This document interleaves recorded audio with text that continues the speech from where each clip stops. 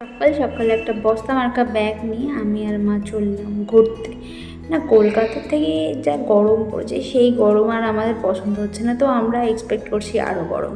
ট্রেনে সুন্দর হাওয়া খেতে খেতে চলে এলাম স্টেশনে। স্টেশন থেকে নেমে উঠলাম এই অটোতে। এই অটোগুলোতে আবার খানিকটা লোক কম পড়েছিল। অবশেষে কাকুর লোকের ঘাটতি কম হলো, তারপর ছাড়লো এই অটোটা। এই গাড়ি থেকে নেমে উঠতে হবে আবার নৌকায়। নৌকায় উঠে আমি বুঝতে পারছি যে আস্তে আস্তে আমি গিরগিটির মতো রং পরিবর্তন করছি, কারণ আমি আস্তে আস্তে নুন হাওয়া লেগে কালো হয়ে যাচ্ছি। তো ঠিক আছে, তোমরাও দেখতে থাকো, আমি আরও কালো হতে চলেছি। তারপর একটু খাওয়া দাওয়া করে নিলাম, কারণ পেট পুজো ছাড়া সব কিছু বৃথা। তো তারপরে আবার খাওয়া দাওয়া করে উঠলাম ভ্যানে, আর কাকু আমাদেরকে ডিস্কো ডান্সের সুবিধা করে দিল। তো এই ভ্যানের ঝাঁকুনি খেতে খেতে আমি সুন্দর বাইরের দৃশ্য দেখতে দেখতে, এই দেখো এবারে হচ্ছে নদী, নদীর পাশ থেকে যাচ্ছি। আর হ্যাঁ, আমার চুলের অবস্থা, আমার থোবড়ার অবস্থা আস্তে আস্তে খারাপ হচ্ছে, আর বাড়ি আসার পরে তো আরও খারাপ হচ্ছে, সে বলার মতো নয়।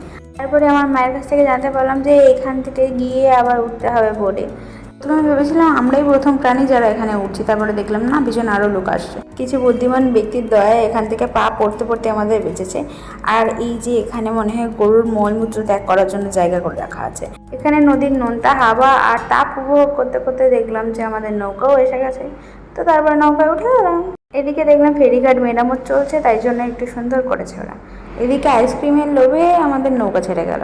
গিয়ে দেখি দাদু নৌকা নিয়ে মাঝ নদীতে চলে গেছে। তারপরে আর কেউ যাচ্ছে না, আমরা দুই প্রাণী ছাড়া। আমার এই সুন্দরী রমণী বলে কিনা আমার এইভাবে একটা ছবি তুলে দেয়। সুন্দর রোদের ভালোবাসায় 5 ঘন্টা যাবত জার্নি করার পরে আমি সবকিছু ভবিষ্যতের মতন দেখছি, তাই জন্য চশমাটা আবারও পরে নিয়েছি। এই নৌকাটা দেখি দাদুটা চালায়, না তো অন্য সময় অন্য কেউ থাকে। এখানে ওই ভটভটিরা নেই শুধু। এখান থেকে নেমে আমাদেরকে 2 চাকার পরিষেবা গ্রহণ করতে হবে, এই ভেবেই আমার মুখ বেঁকে যাচ্ছে বারবার। পায়ে হেঁটে যেতে হবে, কারণ এখান থেকে কোনো কিছু যায় না। তারপরে এই পাড়ার কাছাকাছি এসে বুঝলাম যে এখানে কোনো অ্যাটাক হয়েছিল বোধহয়। কেউ নেই রাস্তায়, মানে একটা কুকুরও নেই রাস্তায়। কি করে হতে পারে, এত গরম পড়ে গেছে নাকি? আর তারপরে কী কী করলাম আর কত কী মজা করলাম সেগুলো আমি তোমাদের সাথে পরের ব্লগে শেয়ার করবো। টাটা।